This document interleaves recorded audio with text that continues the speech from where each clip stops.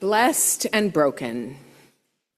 These are the two middle actions in the fourfold Eucharistic ritual that we enact each Sunday. The full pattern of that Eucharistic action is take, bless, break, give. Now, if we think of it at all, we think of it in relating to the communion bread, of course. Our Eucharistic prayer today, for instance, says, Jesus took bread, said the blessing, broke the bread, and gave it to his friends. It's very clear. This pattern of action goes back, of course, to gospel stories of the Last Supper, of course, certainly, and also today's story of Jesus feeding many thousands. In that story, Jesus takes the limited supply of bread for all those people, only 5 loaves, blessed and broke the loaves, and gave them to the disciples, and the disciples gave them to the crowds. Blessed and broken. It's the heart of this core Christian sacrament of Holy Communion. We recognize Jesus in broken bread, and we know God's blessing. If we think of it at all, I wonder if we think of it describing not only the bread, but us as well. Long before Jesus came on the scene, one of the OGs, our ancestor Jacob, knew both blessing and brokenness. Jacob was a scoundrel of the first degree from the very beginning. He was born second, holding on to the heel of his twin brother Esau, which meant that Esau was the eldest with all the rights and privileges that go with that. Jacob was a swindler. He cleverly swindles Esau's birthright away from him, and then later tricks their father Isaac into giving him the blessing that was intended for Esau. And Esau had had enough. He planned to kill Jacob, who hears of the plan and quite sensibly runs away. During his journey, Jacob has a dream in which the Lord God makes him a stunning promise of land and numerous offspring and blessing. And Jacob pledges to return home, like one day. First, though, Jacob sojourns on his uncle Laban's land, marries 2 of his daughters, and gets rich. When his wealth causes problems between him and Laban, Jacob packs up everything and again runs away. This time, though, he begins his journey home to face Esau, the brother that he swindled. And Jacob is scared. He sends messengers ahead of the caravan, and they return saying only that Esau is coming to meet him with 400 men. Which sounds like a pretty big army coming to fight. Jacob is even more scared. He's learned a little humility along the way, so Jacob prays to be saved from Esau's anger. He sends servants on ahead across the river by which they're camped with extravagant gifts in the hopes of appeasing his brother. And then he sends all the remaining people and possessions that he has with him across the river, and he is left alone as night falls.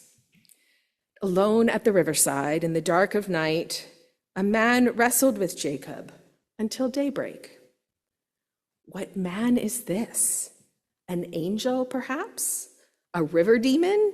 God incarnate? A vampire who can't exist during the day in the sunlight? Maybe a dream. We can't possibly say. But it does seem like Jacob finally comes face to face with the lies and the cheating and the running away of his past. He comes face to face with the uncertainty of his present and with the fear of his future. It is a restless night, to say the least. Some have called it the dark night of the soul. It's the monsters beneath the bed or in the closet that children fear. It's the tossing and turning and pillow flipping of a sleepless night. Still, Jacob holds on. His running day's done. There by the riverside, as day is about to dawn, Jacob holds on, not giving up or giving in. I will not let you go unless you bless me. So Jacob responds when his wrestling partner cries uncle and tries to call it quits. But Jacob is determined to receive a blessing just for him, not stolen or swindled without deception or trickery. I will not let you go unless you bless me. It's the determination that comes from an honest, hard-fought battle. Jacob finally knows who he is, replying quite simply when asked for his name. And having come to himself, the mysterious wrestler blesses him with a new name. You shall no longer be called Jacob, but Israel, for you have striven with God and with humans, and you have prevailed. That night, Jacob the scoundrel became Israel, the people of the Lord God. And maybe Jacob represents all of us, who continue to struggle with God, with the people around us, with the hard facts of reality, with our own humanity. And maybe Jacob represents all of us who overcome. With Jacob, we are the ones who struggle for blessing, even though it has always been ours, through the grace, mercy, and generosity of God. And with Jacob, when we hold on with this in the struggle, we are the ones who see God face to face in the gentle morning rays and live. Jacob is blessed. We are blessed. And it would be great if we could just leave it there. It's lovely, comforting, what we want to hear, but it's only one part of the whole. Take, bless, break, give. That's the whole pattern. And there by the river, by the ford of Jabbok, Jacob does not only get blessed, he also gets broken.